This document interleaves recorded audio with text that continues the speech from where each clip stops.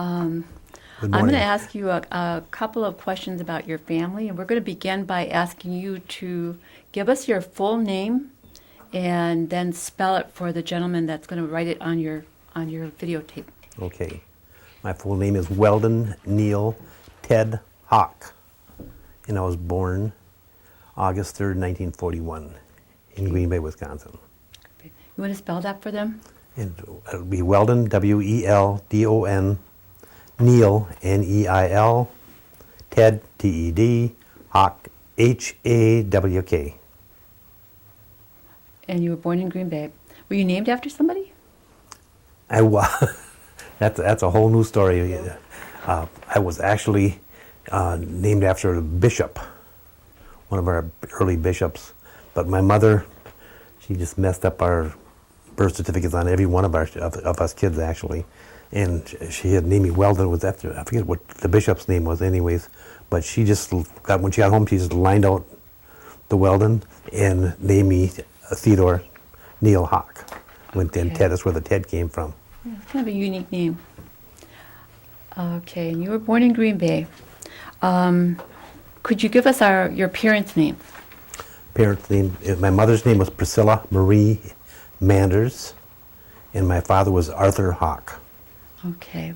Now we're going to go into your grandparents. We'll talk about your mother first, Okay. and who her parents were, and if you remember her parents. Okay. So if you want to start with your mother and then her parents.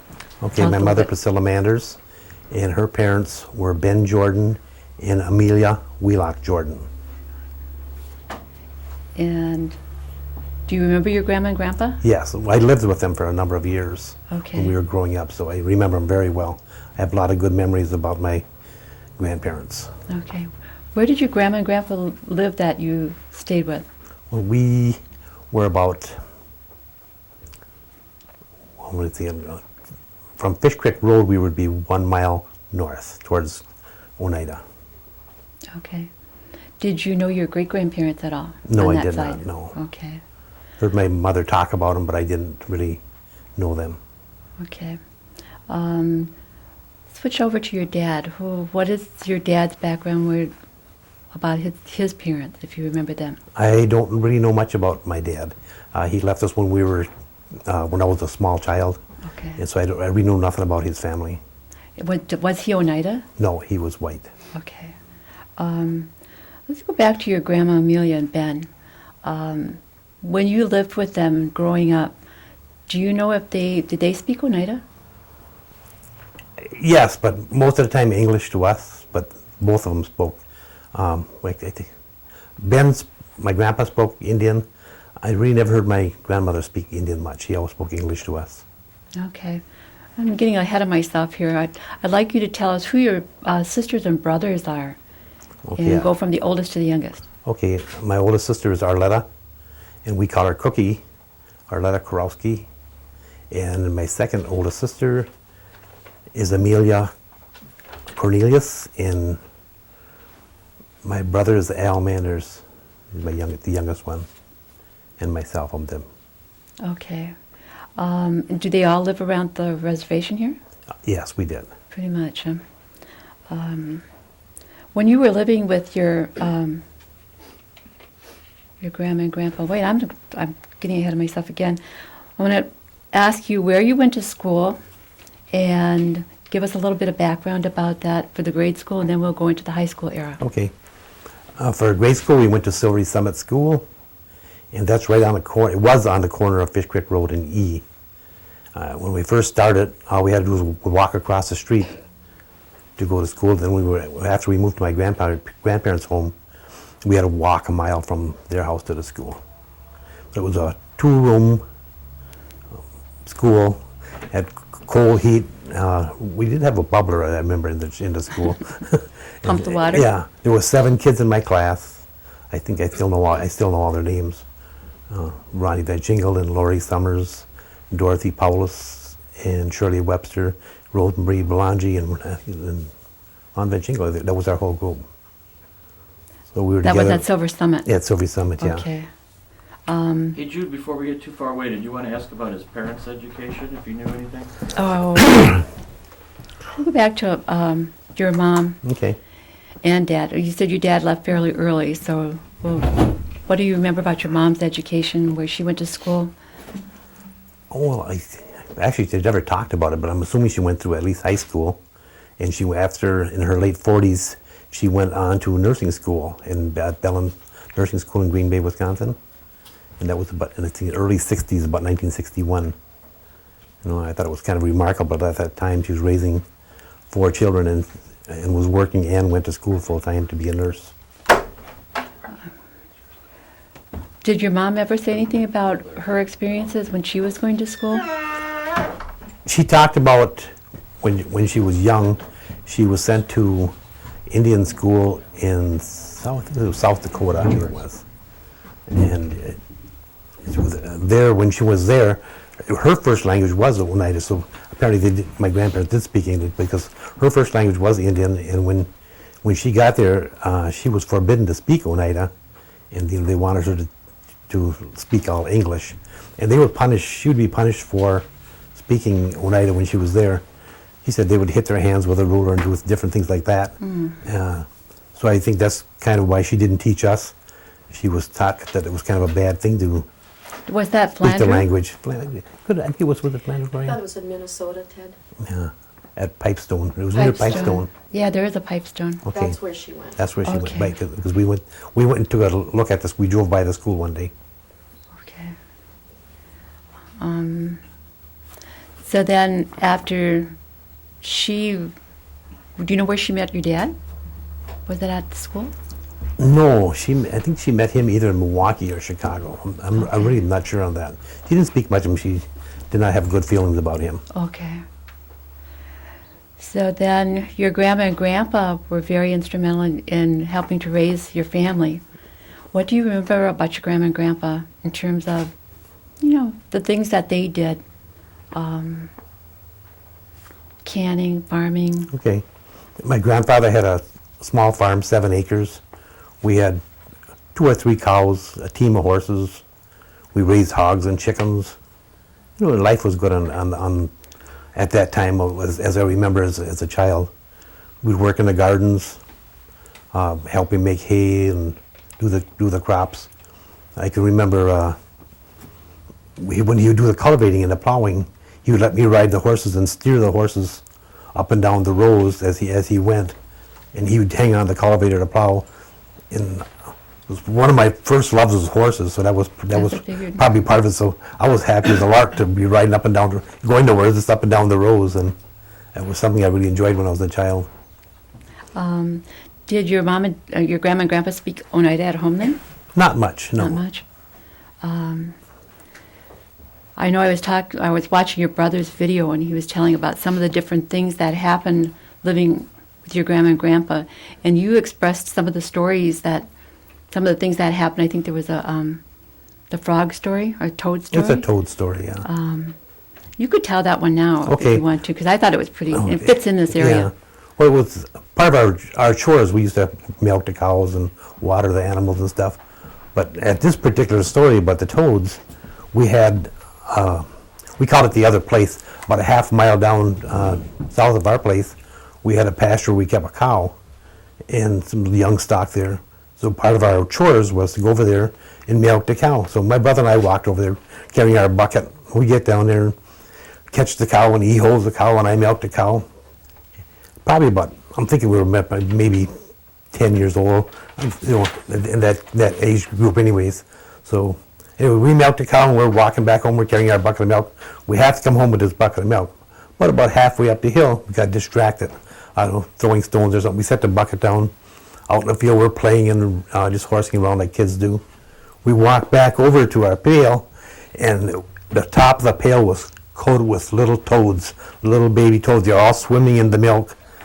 And we thought, oh my God, what are we going to do, I said, we have to come home with the milk. So we scooped the toads out, threw them all off to the side, picked up our bucket, and we walked on home with our bucket of milk. So for about a week or two after, Al and I would not drink any milk. I bet your grandma was wondering why. So that was kind of our secret. We never really told anybody that story for a long time. I think we were growing up before we let anybody know about that one. Okay. Did your grandma or grandpa, either one of them, harvest any kind of medicinal plants, or even like the traditional pigweed or dandelion greens, or some of Yeah. the things that were wild. Yeah, well, we used to. That was part of our supper meal. A lot of times in the summertime, we'd pick the pigweed. We'd go up back in the barn. We'd pick the pigweed just to rip the tops off, and my grandma would make sort of like a spinach concoction with it that would go along with our meals. Oh, you didn't boil it, then you made it like a salad? No, she boiled it. She Oh, did boiled she? Okay. like cooked spinach. Okay. That's kind of the texture what it looked like. So we used to Okay. pick that. We used to pick dandelion tops for my grandpa. He would make wine. He had some big flask in the basement, and he would make grape wine and dandelion wine and different things like that. Did your grandma can a lot? She canned, yep. She did apples and different things, like beans and stuff, yeah, from our garden. Okay. What were your parents or grandparents affiliated with any of the local churches? Yes, they belonged to Holy Apostles Church, and on every Sunday, that's something we never missed. That was part of our ritual. We'd get up and we'd come down to church at Holy Apostles here in Oneida. I went to church school there, baptized in confirmation. Went to confirmation class with a Father Christian was the priest Okay. at that time. And I served as altar boy, not very long. I had kind of a bad experience. That's another story I'm going to have to tell you. I don't believe I've ever told too many people outside the family that one. But anyways, I finally made altar boy, and Grandma was so proud because Grandma was a real religious person, and she just thought that was so great. But anyways, we're up there, and I'm up on the altar doing the best I could do. Well, they come around with the incense, and they're shaking this incense, and whatever it was, it got me, and I fainted. Plump, dead over, right, boy. right on the altar. You know. So next thing I wake up, I'm back by Grandma and Grandpa's. That was a signal not to do that, huh? And that was kind of my history of being altar boy. I think that's as long as I lasted, you know. Okay. What was a traditional church holiday for you, like Easter or Christmas or some of those things that revolved around the church? Do you have like a big Sunday dinner? Or? Oh, yeah. We'd always have the Christmas dinner and stuff like that, and Christmas Eve around home. We always made Christmas for church and stuff, and for Easter too. I was thinking about my mother gathering the holy water. They would go down to the river. I believe it was Easter morning, and they'd go down, would walk down the river and gather holy water, and it would bring it to the church. That was one of the rituals that was practiced in our family. How about Hoyan? Hoyan, New Year's, yeah. We always did that as kids. It was kind of fun. It was a lot like I'm thinking like Halloween. Halloween. Yeah, we would gather up the neighbor kids next to us, and we would walk the same route we went to school. We'd go down from Grandpa's house down to the school and back.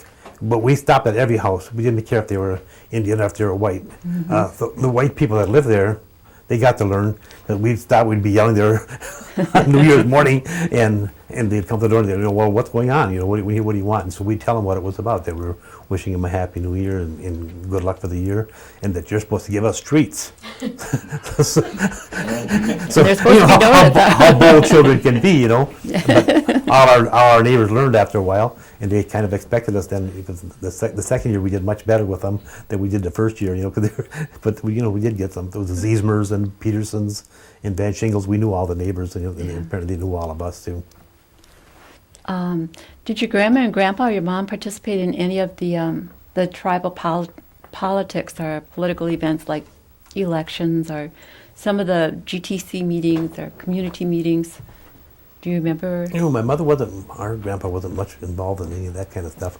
My mother was involved with starting of the nursing home, and she was also, her and Audrey Dockstader were actually the first ones that started up our Oneida Bingo. That was set up here we did that over here at the Civic Center, and then it was later turned over to Sandra and Elma Yeah. and Pat Muskegon later on. But they actually did the very first bingos that we had here in Oneida. The health center too, right? She was instrumental with that. Yes. Her and Audrey Dockstader were involved in starting with that. Okay. Gloria will probably remember better when I talk to her later, but do you remember any of what they call old Oneida areas, like Salt Pork Avenue, Chicago Corners? Chicago Corners, well, that was familiar to me because I went to Silver Summit School and we would play baseball against the Chicago Corners school. So we'd get down, we'd play baseball against them, Elm Hill, and we'd come up and we'd play at the Catholic Church up here in St. Joseph's and Oneida too. And we'd go to the store down at the Chicago Corners once in a while. Yeah, that was a neat old store down there. Yeah, it was, yeah. Yeah. And we had a little Peterson store, was right next to our home on Fish Creek Road. When you went to high school, then where did you go? Freedom High School. Freedom. I graduated there in 1959. I was 17 years old. And Pretty it's just- young. Were you into like music or sports? No, I really wasn't, no. I was just there. What was your experience in Freedom? Some kids have, fairly positive and some have not so positive, but what was it like from your perspective? Well, it wasn't really the best. I think in Freedom, it seemed to be there was a lot of prejudice against the Native kids. So we were like kind of grouped together, maybe for survival, I guess you'd call it. Yeah. But most of all, it seemed like there was a lot of prejudice in that town. But got through the school and and did okay there. Okay. By and large, you like high school? Not really. It wasn't my favorite thing, but it was something I did. Okay. So what did you do then for fun? Like, did you guys go to the cherry orchard, or were you involved in baseball during the summers? What were some of your normal activities? Yeah, we played a lot of baseball at home, and in grade school we played a lot of baseball. I just about did kind of everything in sports: baseball, football, fishing, hunting. Hunting was kind of one of my favorite things that I did. I didn't have a dad around, but I had a couple real close family members, Henry Jordan, and he would take me out and taught me how to hunt and stuff. And my Uncle Mervyn, You didn't have your own horse back then, huh? Harold King. Oh, I did. I got horses pretty young, probably just out of high school. I bought my first horse. Yeah, I know you're quite the horse person. Okay, when your grandma and grandpa and your mom got together, did they ever talk about the land claims or anything about 52 cent, the 50-cent check? Or I can remember them talking about getting the 50. I thought it was 50 cents, but I can remember them talking about that we were maybe getting some money coming in, and everybody seemed kind of excited about it. But 50 cents, as a child, it probably sounded like a lot of money to me at that time. But I can remember them talking about it. But I always thought it seemed like you'd get more than 50 cents. Anyways, I never saw it, but I heard them talk about it a number of times. did your family go as a group, or did you go alone to the county fairs, like the Brown County or Seymour fairs? We would go to the De Pere Fair all the time. That was kind of our favorite thing. Cherry picking? Pardon? Cherry picking at all? Cherry picking up in Door County. Yeah. We would go up there every year. My mother loved picking cherries. She could pick 100 pails a day, and we would stay right there on, I think it was Erickson's farm, if I remember the farm name right. But we'd go there. She could pick 100 pails a day. I was lucky if I'd get 2. You sound like I me. probably ate more than what I picked. But we'd stay there for a couple weeks at a time. Yeah. My mother would make quite a bit of money. The rest of us would make a few cents, But it was a fun time. Yeah, it was. It always seemed like it was kind of like a little vacation in the summer. Yeah. Okay.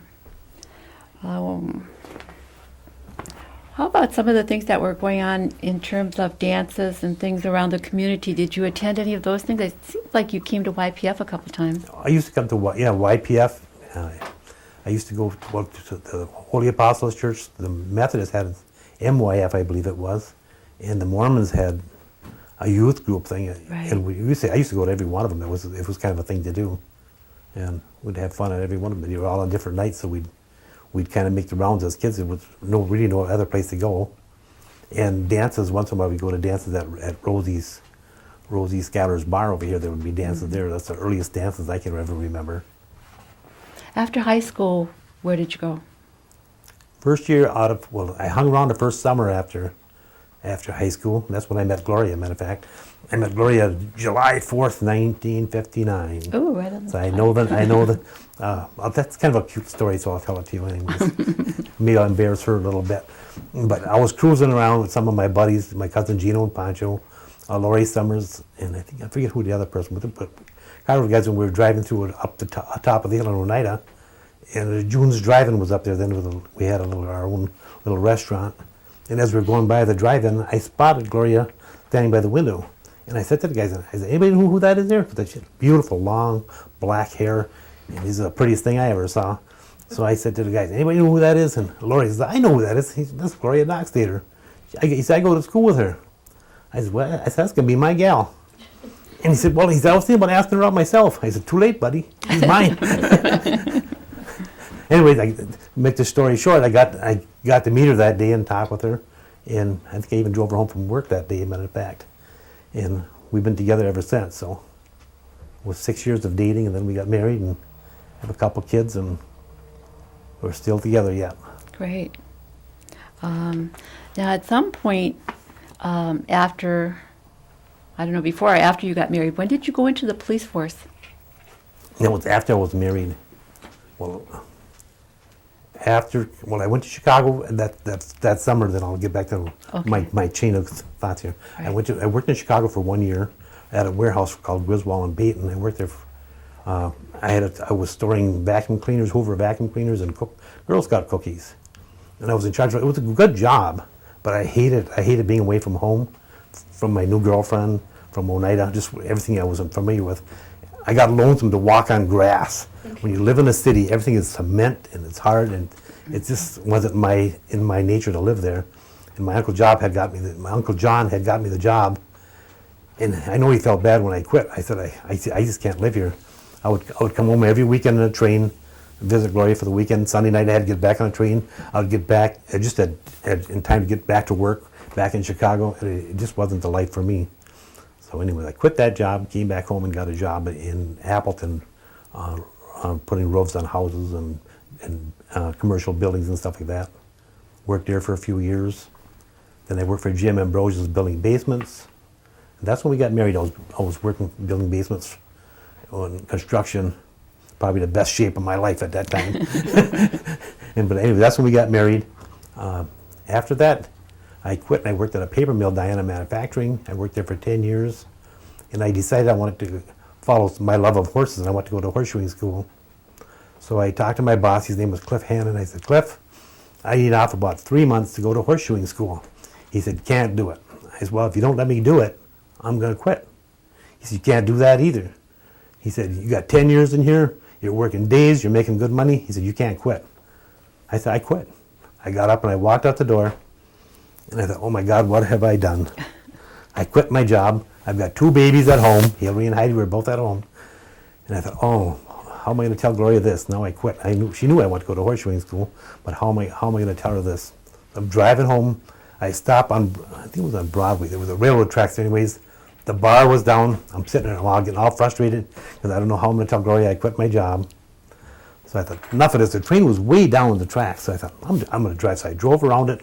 Who's on the other side? A state trooper. So I just pulled right over to the side. He turns around, he pulls in behind me. Now I have a $200 ticket for going around the wigwag. So you never want to do that. So I thought, oh, and when we're done with that, now I got to go home and now I got to tell her I quit my job and I got a $200 ticket besides. But we're going to Oklahoma.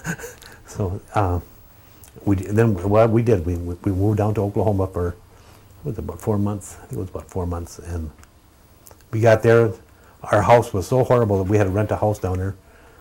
There was like cockroaches in it and dirty. We had our babies. We wouldn't even put the babies down. Gloria cleaned the chair. First we had to run to town and get some cleaning materials from Lysol and stuff. We cleaned the chair, finally put the babies on it. Then we had to clean the rest of the house so we could live in it. Well, Was this part of a relocation plan, or did no, you I just went to horseshoeing school. The tribe helped me out with that. Okay. And anyways, we did the schooling. Before I was out of school, I already had jobs lined up. People knew I was going. I was into horse shows and racing horses and stuff. So a lot of people in the horse world knew me. So when they found out I was going, before I got home, I had people calling and booking me. So that worked out really well. I just did that for a couple of years, 2 or 3 years, and then the tribal had started a police force, not a police force, but it was a CETA program where we could work under the counties, but work in the tribal area. So I had got onto that, and I worked 2 years under the CETA program. And then when that ended, I went to work at the prison system in Green Bay. I was there for a month. I had taken the test for the county, and I got called back there, and they said, "You want your job back?" I said, "Yeah, I want my job back." The prison wasn't really a place that I really felt really comfortable in anyways. So then anyways, I got back into Brown County, and I worked there for 27 years till I retired. And most of that time, I shoot horses too. So I would get done on my days off or my weekends off. Gloria and the kids would, a lot of times if I traveled out of town shoeing, they would come right along with me, and we'd do our jobs. And sometimes we'd stop at some restaurants on the way back, and of course I looked awful. You know, my hands are all black and my hands are all dirty. And Gloria said, "Can you stop like that?" I said, "Hey, our money's good. I worked hard for this money." And so we'd stop in a restaurant and have dinner and stuff. But a lot of the kids would play around while I was working on the horses. And it's hard to find them even yet today, people who do the horse trimming. We were talking before we came in here a little bit about some of your experience as a police officer, and one of them dealt with, everybody talks about that motorcycle gang. You want to tell us a little bit about what you remember about it? Well, I just remember that the motorcycle the gang had come into town, and it was an awful mess or a fight down by the White Eagle Bar.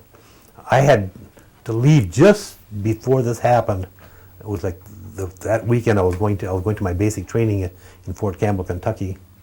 So I had to leave her home, but Gloria had to drive by it, and of course the stories were everywhere how they pulled into town. They were going to take over the town, but it was the wrong town because the bikes got knocked over and the people got beat up, and it wasn't the Oneida people.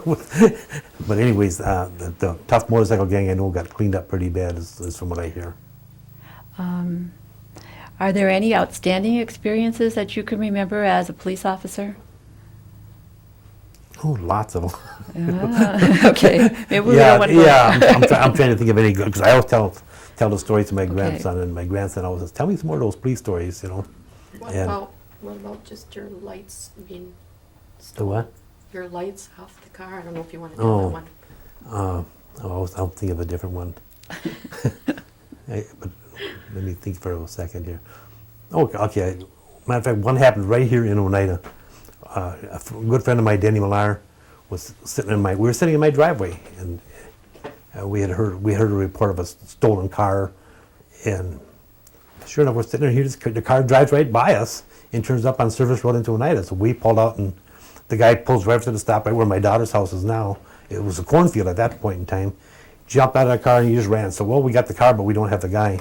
Well, my friend Danny Millar had a big dog called Pete, and he was the meanest dog that there ever was. He would bark and shake the truck, and he was just an ugly dog.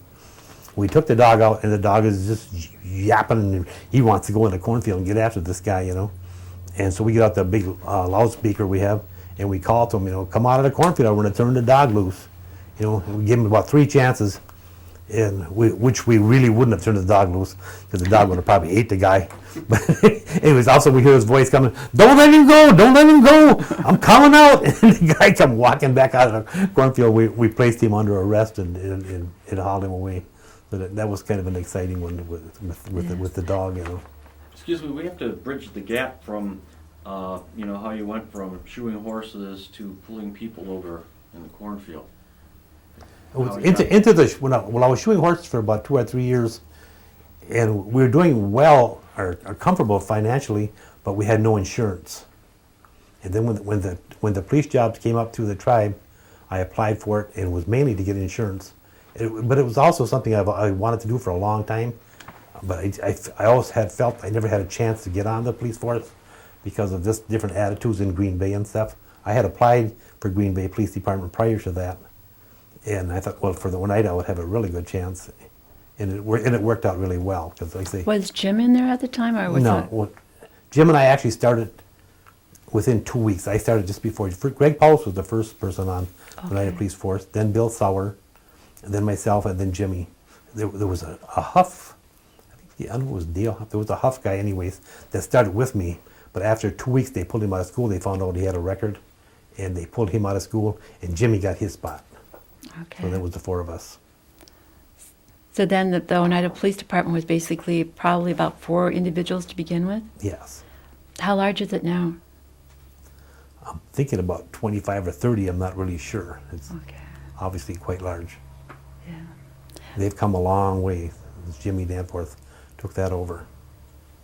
And they help out with the casino areas as well, right? Yeah. Matter of fact, when I first started on, that's when the bingo, it's exactly about the same time the bingo started, because I was the first guard for the Oneida bingo. And I worked that with Elma and Pat for a long time, probably about a year or so. It was finally getting too much because they kept starting having more games. So I got Jimmy in, then I got Greg in, and then I got Bill Sauer and Gary Ness, who had started on about that time. And us, our little group, were the core group. We did the first, so we were actually the first Oneida bingo security, our little group. And of course that grew into the bingo security department.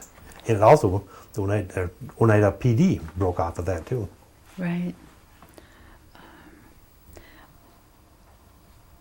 One of the questions that we had talked about earlier too is trying to define elder and what it means. Have you thought about what it means to you to be an elder? Arthritis, achy bones, my knees hurt, my ankles hurt, my back hurts. I think the best thing about doing is I have more time. I have time for myself. Even sometimes I don't think it's really time for myself. I have time to babysit my grandchildren. One of my jobs right now is every morning I drive my grandchildren to school, and at 3 o'clock I pick them back up again so they don't have to ride the bus. It would be an hour school ride on a bus every day. And plus there's always problems on the buses and stuff. And I had told my daughters, I said, when that time comes, I'll drive them to school, and that's what I do. So that's kind of my job.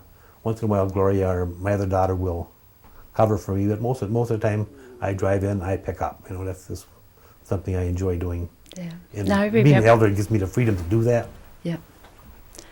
Talking about some of the things that you like to do, wanted to know what is that your hobbies now, and what I remember the most about you was your love of horses. So do you combine any of your taking care of your grandchildren, which is fun, with anything other kind of hobbies? I do sports with my grandchildren. I coach my grandson's Little League baseball team. Okay. My youngest daughter, my only granddaughter, is going to be playing baseball. I told her I'd be coaching her team, and I get to all their games. I try to get to all their games. Again, that's being elder gives me time to do that. I go to all the baseball games or whatever they're involved with. I went to our own daughter's baseball games, basketball games, track meets. I was one of the parents that was always there. Gloria and I both were there. When our one daughter, Heidi, was involved in sports all the time. Saying Heidi, and I was thinking about Sophia. Sophia, yeah. Could you give us, I've really missed this at the beginning, the names of your children and then your grandchildren? Okay. My oldest daughter is Hillary, and my second daughter is Heidi. We only have two girls. And Hillary has two boys, River and Stone, and their last name is Hawk. She married a guy named Rogers, but when they got married, he took her name. I never did understand that because kind of backwards from the norm, but he said he liked her name, so I said, well, that's fine with me, because otherwise there were going to be no more Hawks. I was the last Hawk, because I had no sons. So this way my name gets carried down through those boys. And then Heidi, she had Patton, and she has Sophia, and she has Keegan. And all those kids all have Hawk, and their name is in their middle name. So all my grandchildren have my name in their names. You know, that my children did this for me. That's pretty unique, Yeah. I think. Okay. Besides the question about being an elder, I had that other question I asked you earlier about sovereignty, and if you thought about it, what does sovereignty mean to you? Sovereignty, again, I only associate it with the uniqueness of our tribe, that we're a government within a government, and that we have the right, the inherent right to rule ourselves and have our own government. And it's something I feel very strongly about. I feel it's very important for our tribe to assert their sovereignty and govern ourselves, even though, again, we're a nation inside. You mentioned yourself before. We are a nation inside of a nation, but we also need to stand apart and separate as our own government. Okay. One of the other things that we talked about earlier was the stories that circulate in the community. Some people call them witch stories, ghost stories, And I was wondering if there's any that you might want to share with us. Well, it was something we used to do a lot, actually. Again, it was before television and actually even before radio. That's what I remember being at my grandfather's house in the evening time. After supper, the neighbor kids would come over to our house, and we'd all sit around the living room, and Grandpa would tell stories to us. And I was the youngest child at that point in time, so I got to sit on Grandpa's knee. I can remember that, and I felt so important that I'd get to sit on his knee, and he'd get out his pipe, and he'd smoke his pipe, and he would tell us stories. And one of the stories he told us is kind of an interesting story. Well, it was actually a scary story because it was a story about a creature called a guac. I don't know if my brother mentioned that story to you or No, not. he didn't. But anyway, this creature was supposed to roam around Oneida when people were out, I'm thinking, going out and drinking and carrying on and stuff. But people would meet him on their buggies. People in my grandfather's day, as he talked about it, they traveled in buggies. And he always talked about from between Holy Apostles in our home. And this guac person was like a half person. From his waist on down, he was more like an animal, and he had hoofs like a cow. And then he would be like a man on top.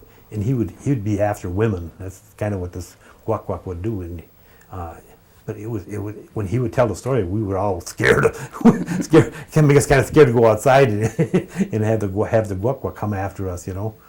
So anyways, that after the stories, and he had another story about a big snake. But he would tell some of these stories, and he'd get all the kids scared. Well, our neighbors were Rena and Comey Denny, and all the Parkus kids and the Denny kids would be over there by us. So we had a pathway between the two houses. So anyways, they would be afraid to go home. So we'd have to walk them. We'd walk by the line fence, and when we get there, then everybody would run because we all run back home. The Parkers would run their way, and we'd run our way, you know. And it was kind of a thing, but it was kind of a nightly thing Grandpa used to do. He would sit there and tell us stories. But Okay. When your children and your grandchildren take a look at your video, and they're going to listen to what you have to say, is there any kind of a message that you would like to leave with them, or anybody for that matter that's going to watch your video? Some kind of recommendation for the future? Words of wisdom, if you will? yeah, well, I don't know if to be words of wisdom or not, but I would say one thing. What I would encourage everyone, and especially my grandchildren, is don't give up on a dream, and to dream of things you can do. I was stuck in a dead end, and a paper mill's not really a dead end job, but kind of a dead end job. But it was something I didn't enjoy doing, and I took a chance and went to horseshoeing school. I got to work with horses for probably 20 years, and I loved working with horses. So I knew the horses better than I knew the people that owned them. I could name their horses and tell what their feet looked like. I couldn't even hardly tell you what the owners looked like or what their names are anymore, but I knew all the horses, you know. So that was a dream that came through. My other dream was being a police officer. Did that for 29 years actually, and I don't think there was ever a day that I didn't enjoy working with the people there and doing that job. I loved the job. It was something I always wanted to do. It was like a dream come true, and that's what I would say to people. Don't give up on your dreams. Even if at certain points in time I thought I didn't have a chance to do these things, and as life worked out, I did. And when you get that chance, work hard as you can do to do it, you know.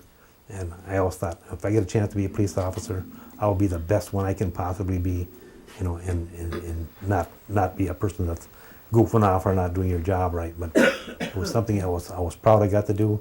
I was hoping my family would be proud of me for doing it.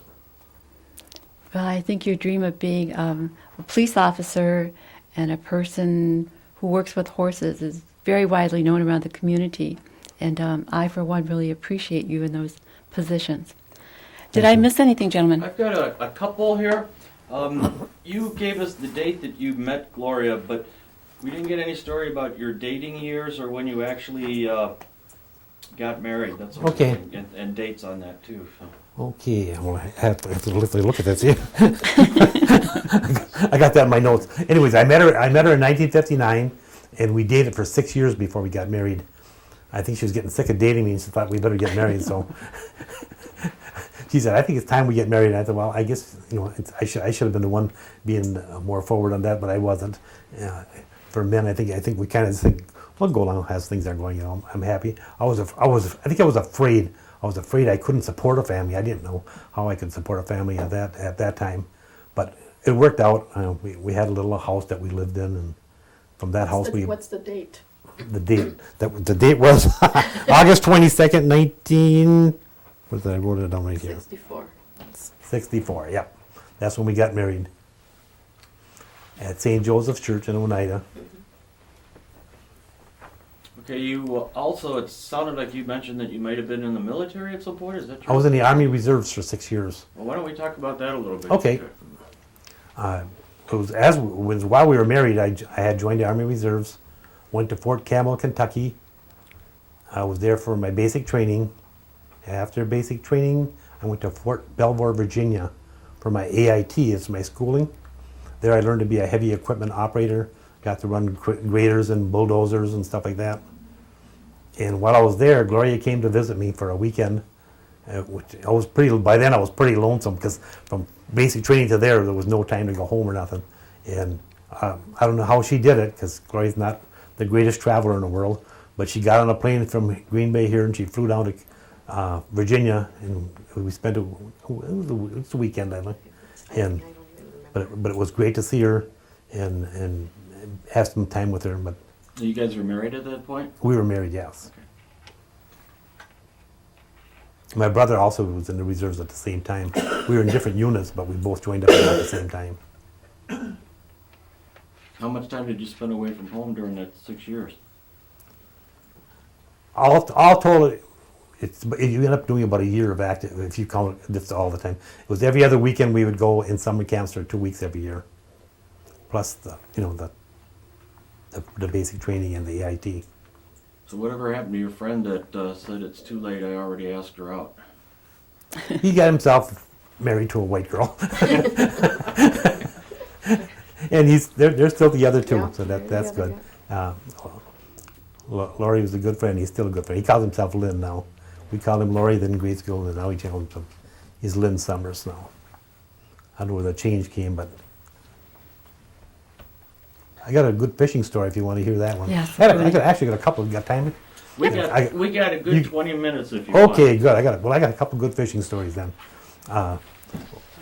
One of my The favorite fishing hobbies. story. One of my favorite hobbies is trout fishing, and my brother and my godson Aaron, and now my grandson Patton, we all fish on the Hunting River, and it's up near Elko, Wisconsin. And we have a good friend. I'll call him Paul because that's his name. The blue light. Anyways, we're up on the river, and we paddle about a mile up the river, and there's like a little bend in the river, and that's where we usually take our lunch break. And we stop and we get a log we sit on and stuff. But anyways, this particular day I'm fishing with Paul. We had gone up past the lunch break area. We were fishing, having just a nice day. So he said, well, it's time for lunch. We had caught our trout. We were coming back down. We drifted down to the bend there, and I pulled the canoe up into the slot where we always park. And I says to Paul, and Paul's kind of a bigger guy, but he's in the back of the canoe. I said, just hang on there for a minute. I'll pull us up a little bit. Then I'll help you get out of the canoe. So, anyways, I grabbed a hold of the canoe, and unbeknown to me, because he denies this, he says I did it on purpose. But there was a log there. I didn't see it on the side. I gave that canoe a good jerk, and of course it just twisted. And the canoe twists pretty easy. This canoe flipped over on its side. And there's Paul laying in the river, and he's on his side in the river. The water's coming over the top of the canoe, washing on him. And at first I was like shocked. What have I done, And there's Paul. Paul's kind of a guy, he never gets dirty. He fishes and hunts with us, but he never gets dirty. And there he's laying half in the river, and I said to him, hang on a second, I'll help you, because at first I thought he was going to yell at me because I don't know what he was going to do, And then I wanted to laugh, but I was afraid to laugh because I thought he was going to get upset, So then I remembered my bag I had in front of the canoe. In that bag I have a camera. So I'm digging through that bag, and he said, what are you doing? I said, I'm trying to get my camera. He said, the hell you are. He flops himself out of the canoe right into the river and jumps up and comes out. I said, Paul, I want to get a picture. He said, the stories are going to be bad enough. He said, I'm not going to have you have a picture of this. So anyway, that was kind of our lunch break story where Paul got dumped in the river. But I got a couple more on that same spot, though. I'll tell you as long as we got some time here. Same spot We're up there early in the morning, first day of season. And first day, it's cold. There's little icebergs floating along the river and stuff, I had pulled up into we call it coon crossing. We all see the raccoons in that area. And I put up to my spot, and Al and Paul went up a little farther, and Aaron and Dick Visitain, another friend of ours, went up farther. And I'm going to start the day out there. It's dark yet, So I'm sitting, I pushed up on some mud humps in the middle of the river, and I'm sitting there waiting, Of course, I have to go to the bathroom. So he's going to drive the canoe back down to some hard ground. I thought, well, I can handle this, So I stood up in the canoe, put one foot out on a mud hump, and that's one mistake a person should never do. You keep both feet in the canoe or both feet on the mud hump. But anyways, the canoe went one way, the mud hump went the other way. I went right into the river, and it's not even daylight yet, and it is cold. So now I'm in the mud and the muck right up to my neck. My tackle box is floating around, my fishing pole I tried to grab. So now I have to walk right through the fishing hole I wanted to fish and mess that up. So I pushed the whole thing across the river, got up on some dry land, took all my clothes off, wringed them out, put them back on. I thought, I'm not giving up open day of fishing season, but I was freezing. My skin was just red. I was so cold. Got all my stuff back on, back over to my spot, just breaking daylight. Well, I ended up catching 5 trout. I was like, ping, ping, right back to back, And I thought, I'm freezing. I had no keys to the car because I was with my brother, so I had no keys. I couldn't go back to the truck. So I was going up the river to find these guys. So I thought, well, if I paddle fast, maybe I'll warm up. So I'm paddling up the river. I finally catch up. By the time I catch up to the guys, I'm dry. The sun had come up and warmed up, and they said, what, you guys done already? I said, well, yeah, I fell in the river. I was freezing, and I couldn't get back to. Now I carry a pair of keys to his truck. So if that ever happens again, I'll be able to get in my truck, get back there. So that was one of my bad experiences. But one more, I'll give you. Where's the camera then? I got where was the camera? There was nobody there to hold the Bringing your camera. clothes up. But I got one more story on that. It's burnt in his memory. Yeah, on that same spot, me and my grandson are fishing the Coon Rapids. We had just left the group. We all, Paul and Dick and Al and Aaron, were all sitting at the bend. And I said, well, me and Pat are going to go down to Coon Crossing, and we're going to do a little more fishing. So we had pulled up down there, and Pat caught a couple of trout, and he caught a chub. And usually I would say, because we're facing kind of like I am with Judy here, and I would just say, swing it over to me, I'll unhook it and throw it away. He said, I'll do this one myself, Pop. And I think, well, okay. He's sitting down just that fast. He stands up in the canoe and takes off that chub, and is going to. And of course, he goes like this. Well, you cannot stand up in a canoe. The canoe starts up. He's good. I reached to grab him, and both of us right into the drink. And there we are. Now I'm back in the water in Coon Crossing again, right up to my neck. I grab all of him, throw him back in, turn the canoe up, throw him back in the canoe. And he's just got that shocked look on his face. There's our cooler and tackle boxes all floating down the river. So anyway, I found a log on it because it's kind of like a muck bottom. It's kind of a really crappy bottom there. So I get him back in there and bail out the canoe. I'm crawling back into the canoe with him. And then we start picking up our stuff as we're drifting. He said, Pop, he said, do we have to pick the stuff up? I said, yes. We never leave this place with stuff that's not belonging here.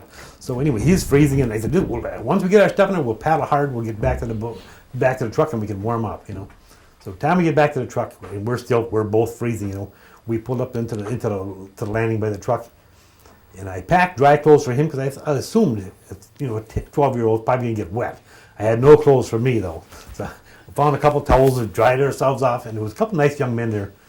They saw us there. They knew we were in a mess anyway. They could tell by looking at us we're all wet and muddy, And they said, "Can we help you load your canoe?" I said, "Well, we can handle it." And he said, "Nah." He said, "We'll do it." A couple of nice young 20-year-old men, They grabbed my canoe and they threw it on top of the truck for us, But then we're getting Patton out of his wet clothes, and so anyways, that's how we had to come. I had to come home wearing a raincoat. So I probably could have even picked up for a flash shirt or something if we had to stop someplace. Because now I carry a whole supply of clothes, in my truck. But And a waterproof camera. yeah. And that's what I'm going to have to start carrying that. Again, that's one of our favorite things to do.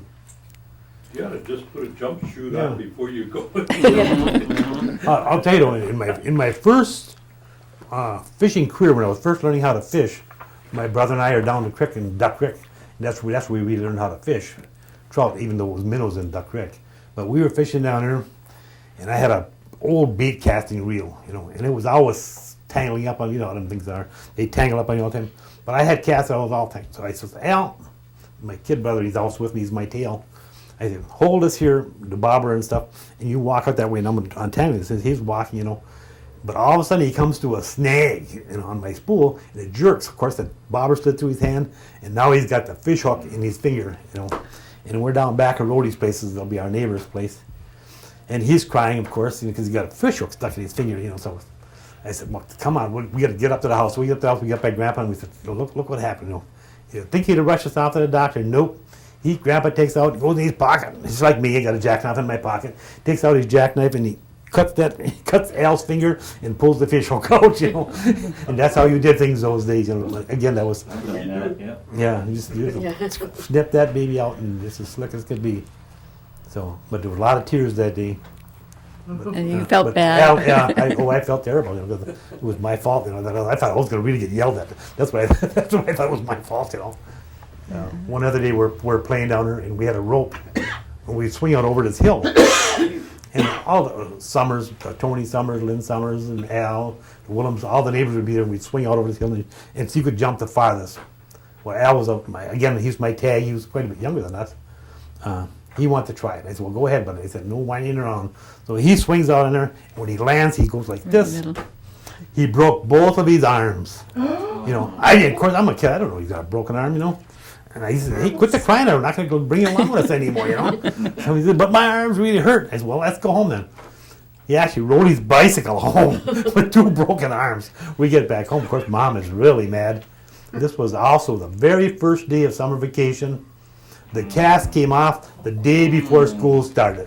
So Al's whole summer, he ran around with, because the bones broke here and there, and I'm telling him, "Quit your crying or you're not going to come along with us anymore." and here you had 2 of that. Then once I knew that, then I felt horrible again. I thought, "Oh my God, Mother's not going to let him travel around with me anymore, But Al and I still hang around. He's my best friend, amongst my grandchildren, of course. But Al and I hang out. He called me yesterday. We set up a fishing date. We're going to go a little ice fishing Thursday. He wanted me to go today. He said, "Cancel that meeting." He said, we'll go ice fishing. I said, "We'll go ice fishing Thursday." So we're going up again. Him and I, we still fish. We fish the Hunting River, trout fishing, deer hunting. He's a guy I can really count on. So, like I say, he's my best friend. Well, good luck with your fishing. Okay. That's it. Thank you very much. Okay, you're welcome. Very entertaining already. Okay, tell us about this photograph. This is a picture of my mother at her graduation from nursing school, Bellin Nursing School. It was in about 1961. She was in her 40s, single parent, raising 4 children by herself. And she's been an inspiration, and I just thought it's fantastic that someone could do that at that age, had to go to nursing school and do what she had done so late in life. I imagine she was pretty proud of that accomplishment. Yes, she was very proud of it, and our whole family was proud of it to do that. She worked in the county hospitals for a while and nursing homes and stuff like that. It's a nice picture. Thank you.